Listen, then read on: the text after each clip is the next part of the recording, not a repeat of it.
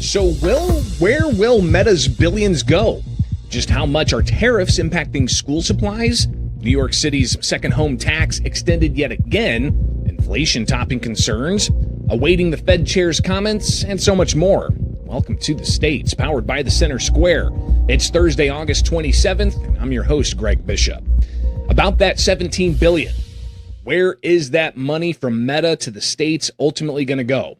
Well, it really depends on who you're asking and what the priorities are for various states and what the appropriations policies are. Now, a judge did approve that $17 billion settlement late last night, calling it a good first step. Just how much money is going to be coming from Meta to states? Well, Arizona, they're slated to get $301 million. Nevada will receive up to $255 million. Colorado could get up to $615 million. In California, up to $2.1 billion. Now, California Governor Gavin Newsom yesterday was asked about the Meta settlements, and he said that that money could be used to plug holes in the state's budget that recently just got approved. Here's the governor. There are questions, and this is, again, part of my afternoon, of what pending bills with the legislature we've been working on, how that also overlays on the settlement and where those gaps are. And there could be some last-minute amendments to address that on the basis of what the settlement ultimately offers. Now, where will this money go? It's going to be public dollars, not necessarily paid for by the taxpayers, but still managed by that public entity known as state government. Well, apparently there's some parameters the money could go for: youth mental health treatment, crisis intervention, after-school or summer programs, outdoor activities, school-related supports, which could include those efforts to have phone-free schools where they have the bags you put your phone into and zip it up. Had to do that at a comedy show of Dave Chappelle. Now, public health could be one of the areas. Also, advertising and awareness about social media, training for providers, or just pure grants to schools and to local governments. Now, Rob Bonta, the Attorney General for the state of California, he told the Center Square, quote, "It's generally going to be used for abatement and mitigation efforts to address the problems of social media harms to mental health of children. So it'll help reduce the harm to children, help address those mental health issues that he says he's been talking about, from anxiety and depression to body image issues, addictive tendencies, and learning loss." Now, Illinois set to get $768 million. The Illinois Federation of Teachers president, Stacey Davis Gates, who's also the president of the Chicago Teachers Union, she called on legislators to designate those dollars to address what she called the funding crisis for school districts across the state. She said in the statement, quote, "The governor has said that he supports more funding for education, but didn't know where it would come from. The settlement with Meta just made that answer even easier." She said schools from Peoria to Belleville to Chicago are counting on the governor and the General Assembly to prioritize students, the way she says they've been trying to prioritize big tech and billionaire stadium owners. Now, Mississippi set to get $189 million, Washington State to get $339 million. South Carolina is going to get $246 million, North Carolina $645 million.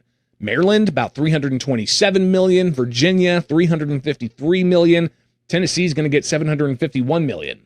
Georgia is going to get at least $100 million.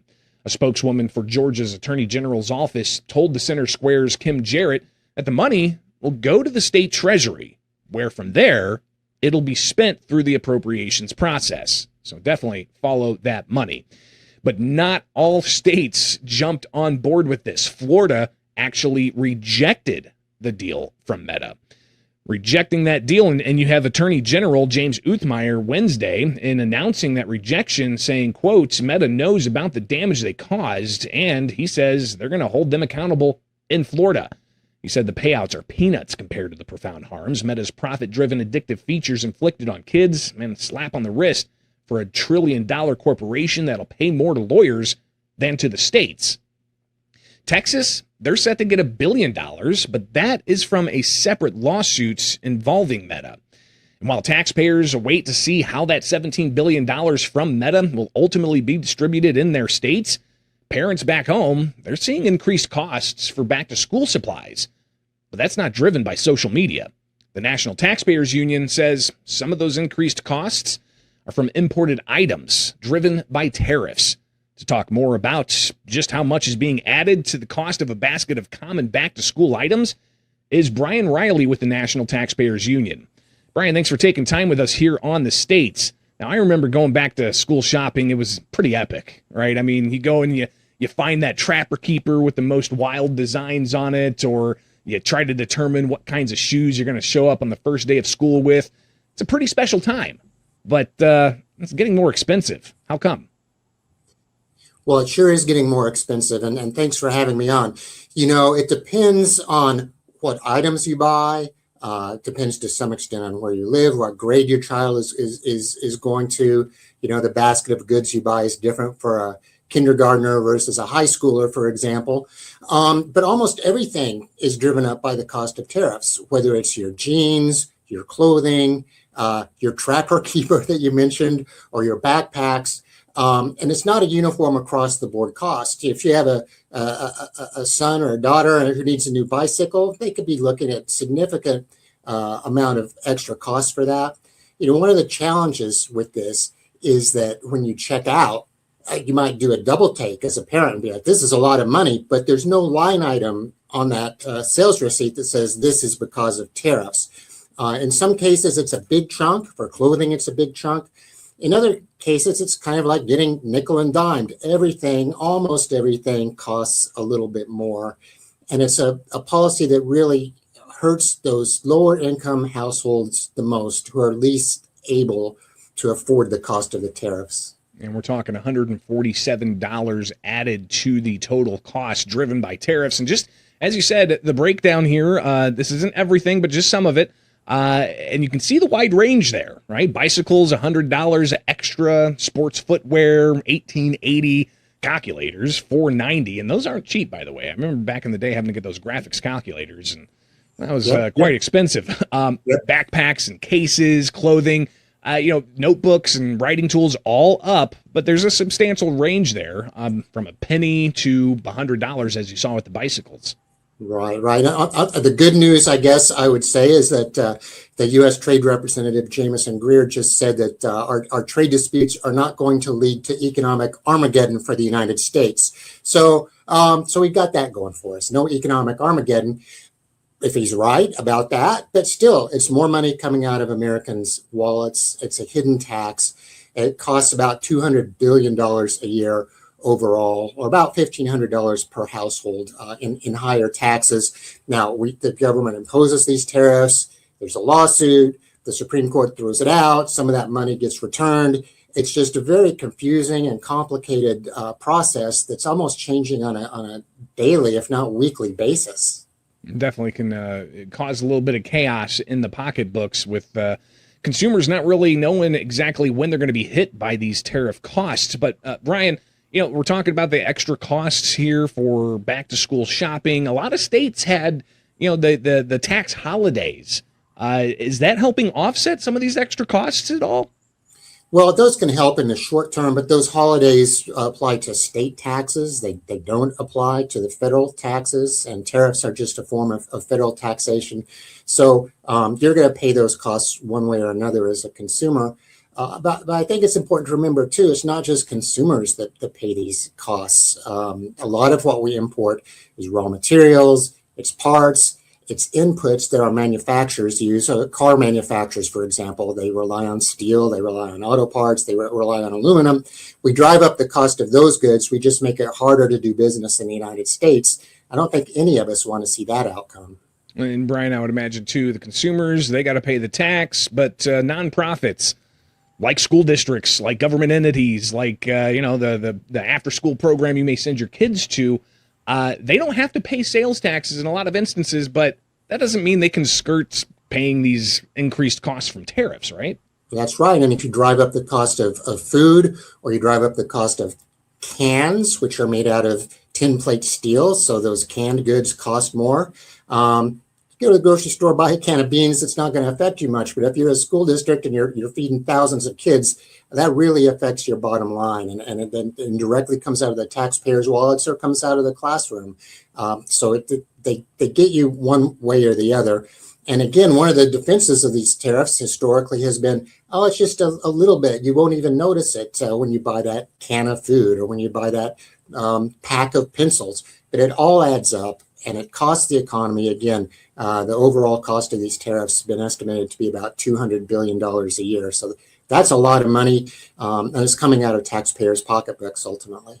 And Brian, we hear the argument a lot, especially from President Donald Trump, saying, hey, these tariffs are meant to bring these manufacturers back into the United States because we want to increase the manufacturing base here and make things at home. Is that not a legitimate argument here? Oh, bringing more manufacturing back home is a legitimate goal. I think you do that through reasonable regulations, reasonable tax policies to make it easy to do business here.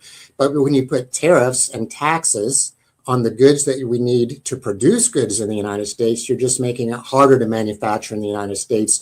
And I think that's one reason you've seen manufacturing employment fall over the course of the Trump administration. Certainly, we're not getting that boom in manufactured production and manufactured employments that we would all like to see. So, yes, it's a good goal. I think if we want more manufacturing, let's get rid of these tariffs on steel and aluminum and parts that we need to make goods here. And that will encourage not just U.S. companies to build more, but it'll encourage our trading partners in other countries to invest in new factories here, to invest in our stock market, and to really invest in our economic success. So that, to me, is a much wiser approach. And, it's not just me, it's not just economists. If you look at public opinion polls, Americans are not big fans of these tariffs. I think it's not just a bad economic policy, it's something that the Americans don't support.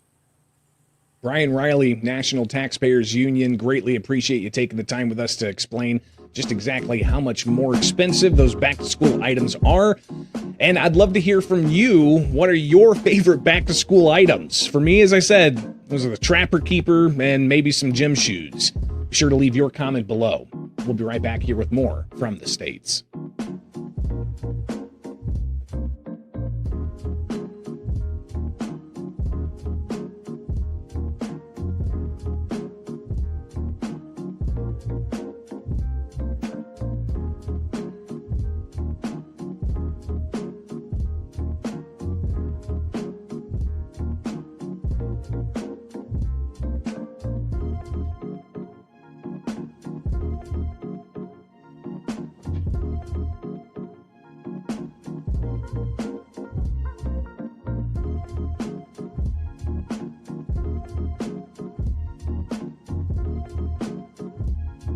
The Mamdani administration, once again, extending a deadline to comply with New York City's controversial new tax on second homes as a legal challenge over it plays out in court.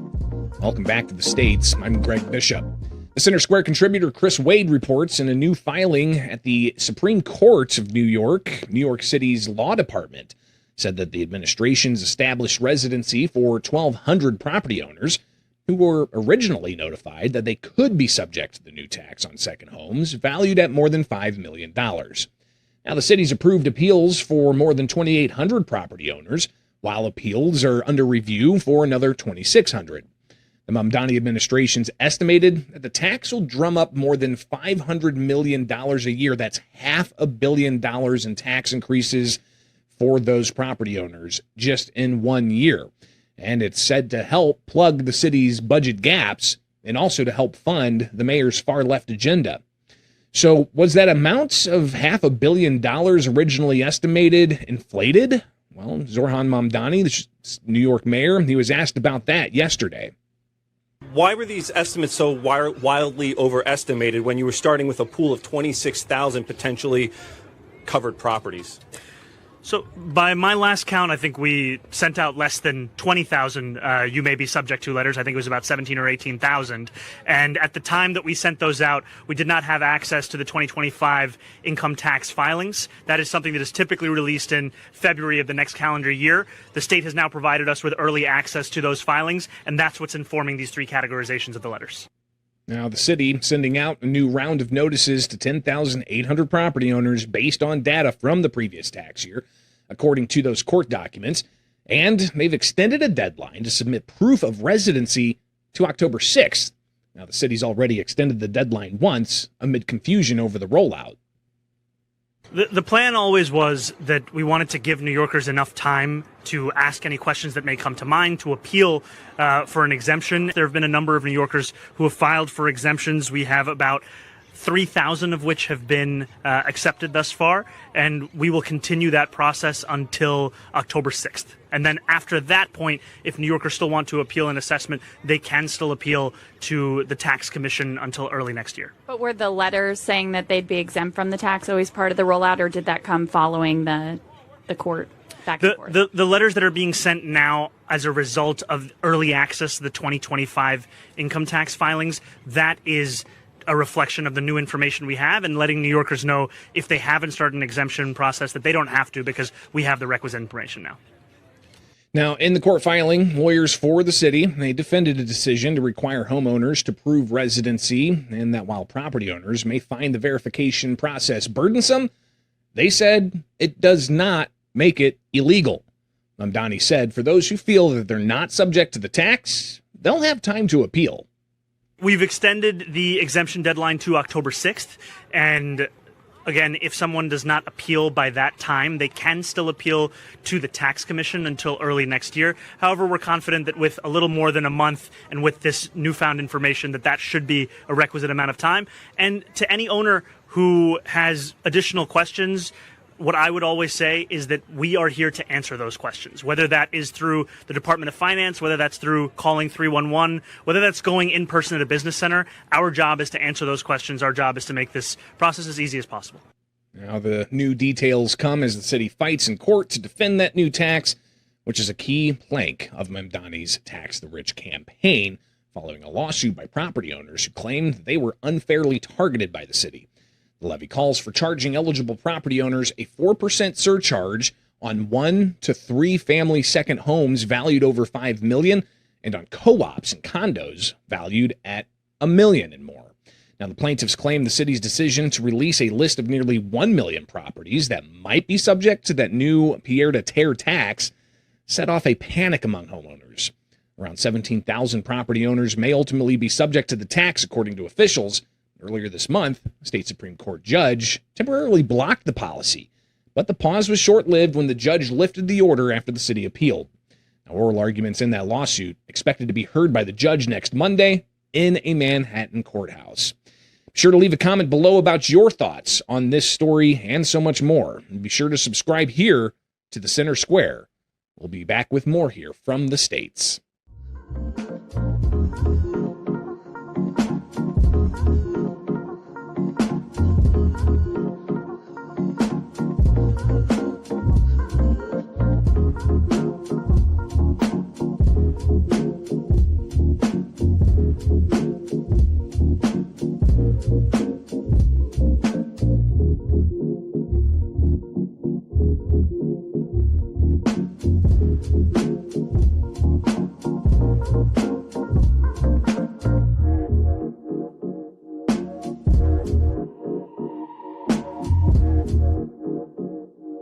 Inflation remains the issue American voters rank as most important heading into the midterm elections, with prices topping their list of concerns for a third consecutive poll. That's according to the latest Voters' Voice poll from the Center Square. Welcome back to the States. I'm Greg Bishop. Joining us to discuss the latest data from the Voters' Voice poll is the Center Square's Brett Rowland. Brett, thanks for taking time with us. So what can you tell us about how inflation concerns have shifted over the past few months? They've remained stubbornly high, Greg, since we started doing this poll a couple of years ago. In the last couple months, it's remained the top issue across 3 polls. So all this year, it started around 16%. It's risen to about 20% of voters say it's their top issue. And again, this is the 3rd straight poll where it's the top issue. So this doesn't appear to be going anywhere. Now, it's not just a perception issue, right? I mean, it's not just a feeling voters are having, is it? Inflation's really come in elevated over the past year. Data backs it up. The Bureau of Labor Statistics found recently that prices are up about 3.4% for the year. And here's the sharp one that's hitting most people is that gas prices are up about 25%, which is tough. And when I talked with Wendy Edelberg, who's the former chief economist for the Congressional Budget Office, she said essentially the voters are getting tired of this, and the eventually a $12 sandwich or a $19 burrito isn't going to be news.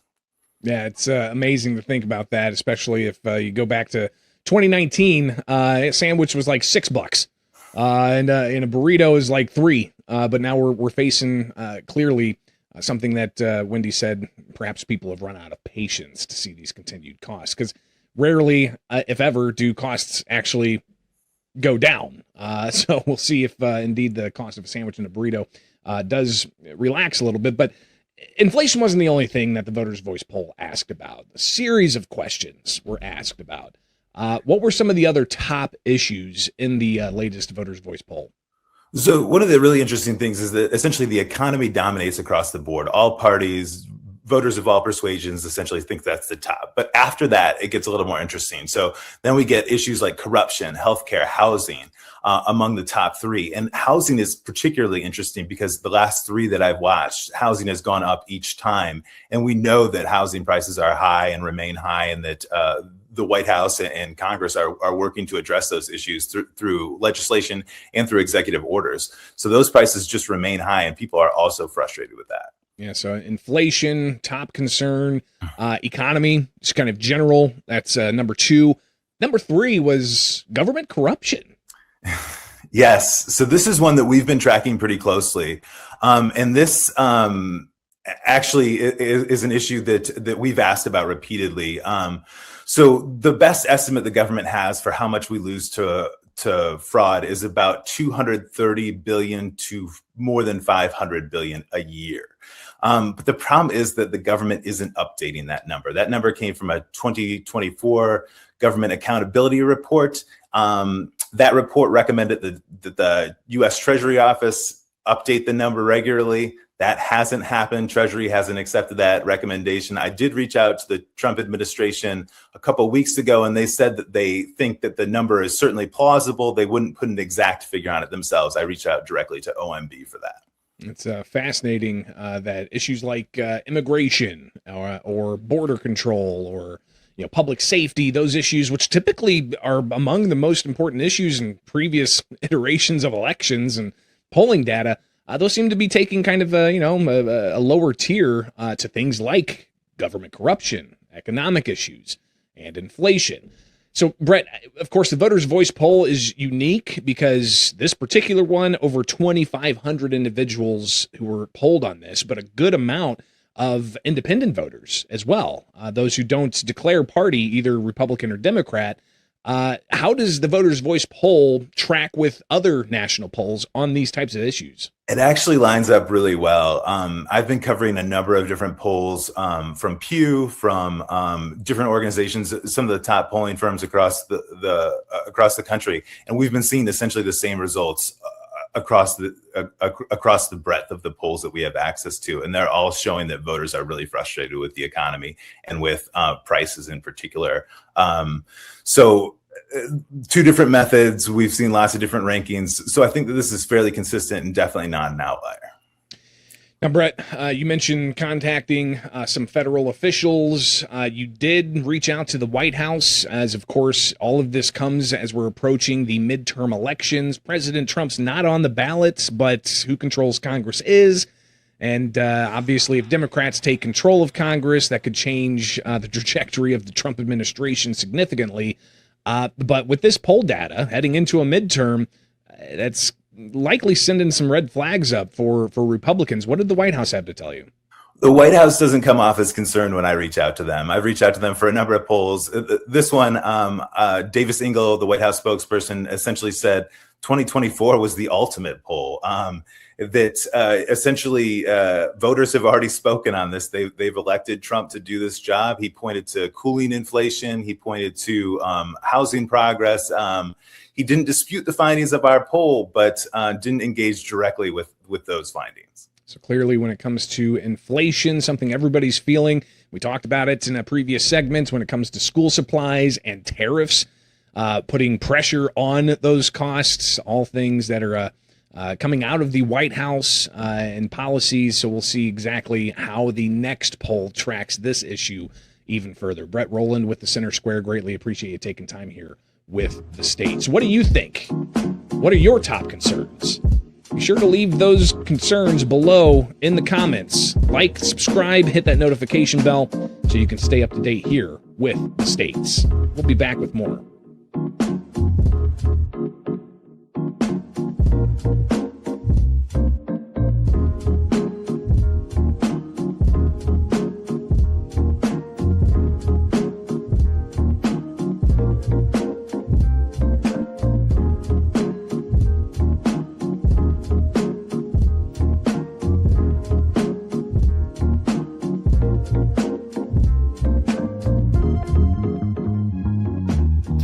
Welcome to Everyday Economics, the podcast that helps you understand the economic world all around us.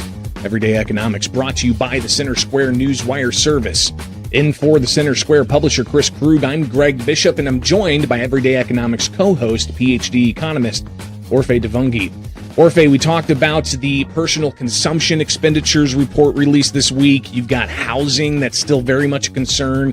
These things all being put out there on the table for consumers to see for their very own eyes. What can we expect from the Fed chair coming up this Friday?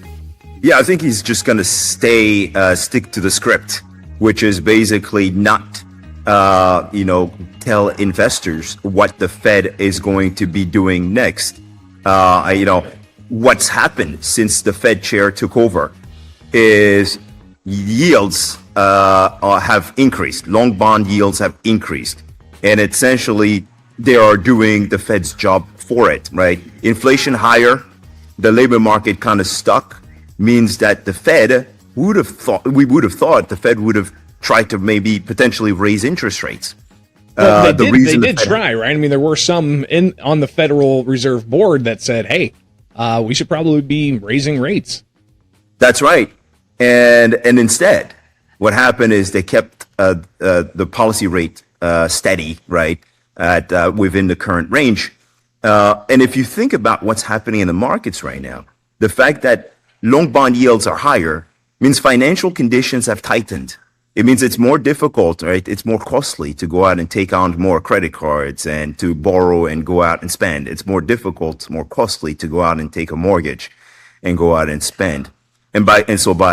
With rates increasing, the expectation is for the consumer to slow down more and for the economy to cool further and hopefully prevent further increases in inflation, right? And so that's the idea here. And so the Fed doesn't really have to do anything because the bond market has already done the job for it by basically with interest rates basically rising over the past few weeks.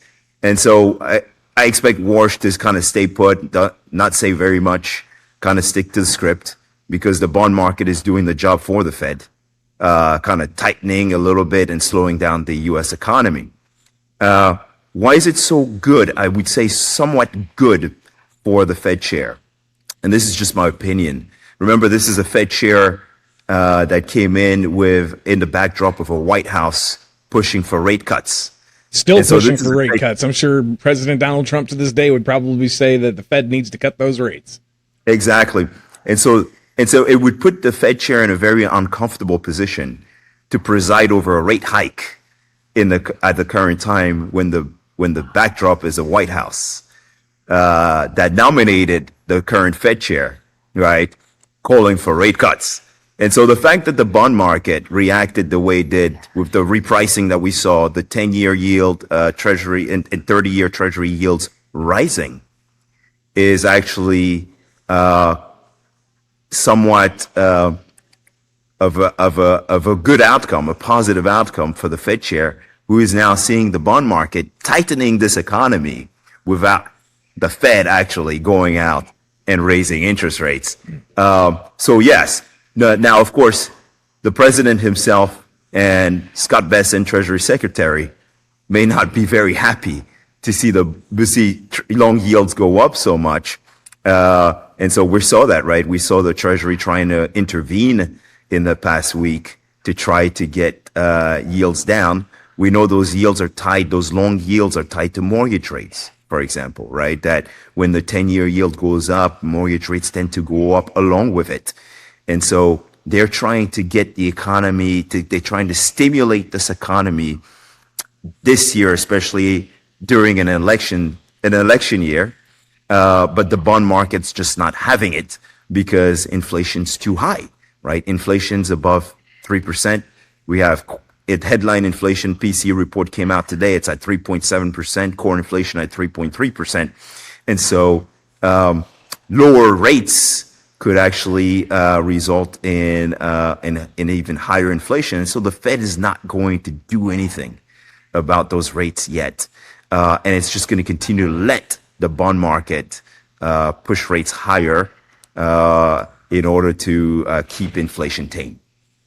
Orfe, I imagine a lot of people are hearing this and thinking, okay, well, what does that mean for me, right? What does the possible Fed chair comments mean for me?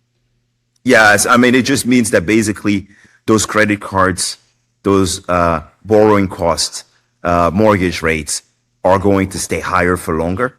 And so I think households and businesses need to get accustomed to the fact that we're going to be stuck in this period where interest rates are going to remain somewhat elevated. So people holding out to buy a house for lower interest rates, they may just want to go ahead and get into it. Same thing with businesses as well. Looking, hey, I got a expansion I got to do. I'm hoping for fewer interest rates hikes or to see that rate come down. You're saying, you know what, it's going to be here for a while, so plan accordingly. Yes, I mean, if you were in the housing market and you were trying to buy a house, you would have saved, if you bought it in February when rates were roughly 6%, you would have saved roughly $146 a month for the typical home in the U.S. And so, those who waited ended up worse off, right? So, I always say to people, don't try to time the markets. It's very difficult to predict where mortgage rates are headed. And so when you can afford it and you find the home of your dreams, you got to make the move. Waiting is costly, is my advice for those who are in the housing market. So what about those who are in the, regular market with their retirement plans? Should they be watching this closely and just stay steady, or should they go out and make some rash decisions? And yeah, my advice is never to try to time the market. So, if you're, of course, we saw the big increase in yields last week, and we saw the stock market dip as a result, right? You saw the kind of panic. The reality is that if the AI build out turns out to be productive, to raise total factor productivity, to expand the economy, right? Then the stock market, then you're going to see that growth that's going to be able to justify the higher real interest rates that we're seeing in today's environment. If on the other hand, you really don't see a big expansion in economic growth that comes from all of the investments that we're making in this new technology, then higher interest rates today are going to squeeze the economy and cause the stock market to plummet. That's basically the reality, right? And so for those who are closer to retirement, the best opportunity right now is in bonds, right? It's the income, if you go ahead and buy those treasury inflation protected securities, then you go ahead and secure yourself real income. And so it's the safest bet, I think, in terms of investing. And by the way, I don't give investment advice because that's not what I do.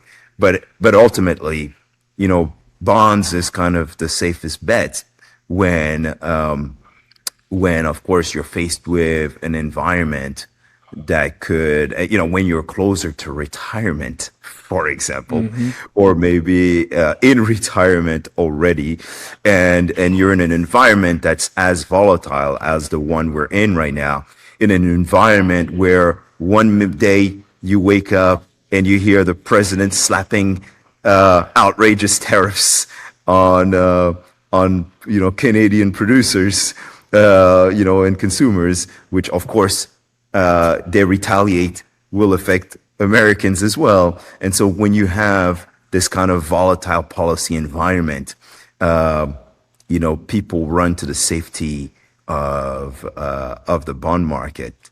And so that is, so again, I don't give investment advice, but that's probably what I would do if I were trying to hold on to income and take advantage of the fact that the price of those assets has gone down.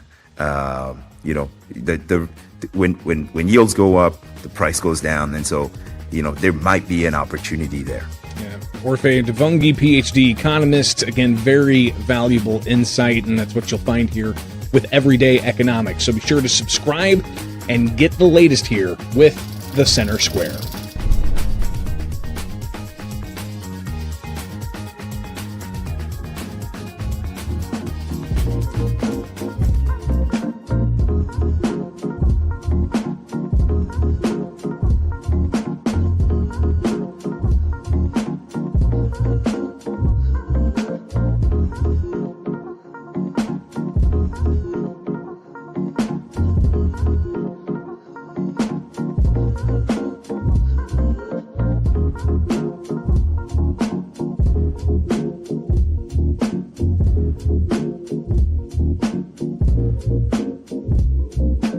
Welcome back to the States. Now it's time for America's Talking, with headlines from across the country you can find in the description below or in your inbox with the Center Square newsletter, free at thecentersquare.com. Pennsylvania Republicans pressed for more details after an announcement from the Democratic administration of Governor Josh Shapiro of two, what the governor called, measles-associated deaths of Lancaster County residents.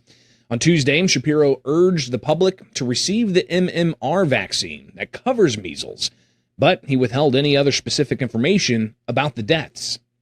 The Pennsylvania Department of Health announced the first two measles-associated deaths in Pennsylvania in 35 years. Both of the individuals were from Lancaster County, and both were unvaccinated. We hope and we pray that those deaths will be the last.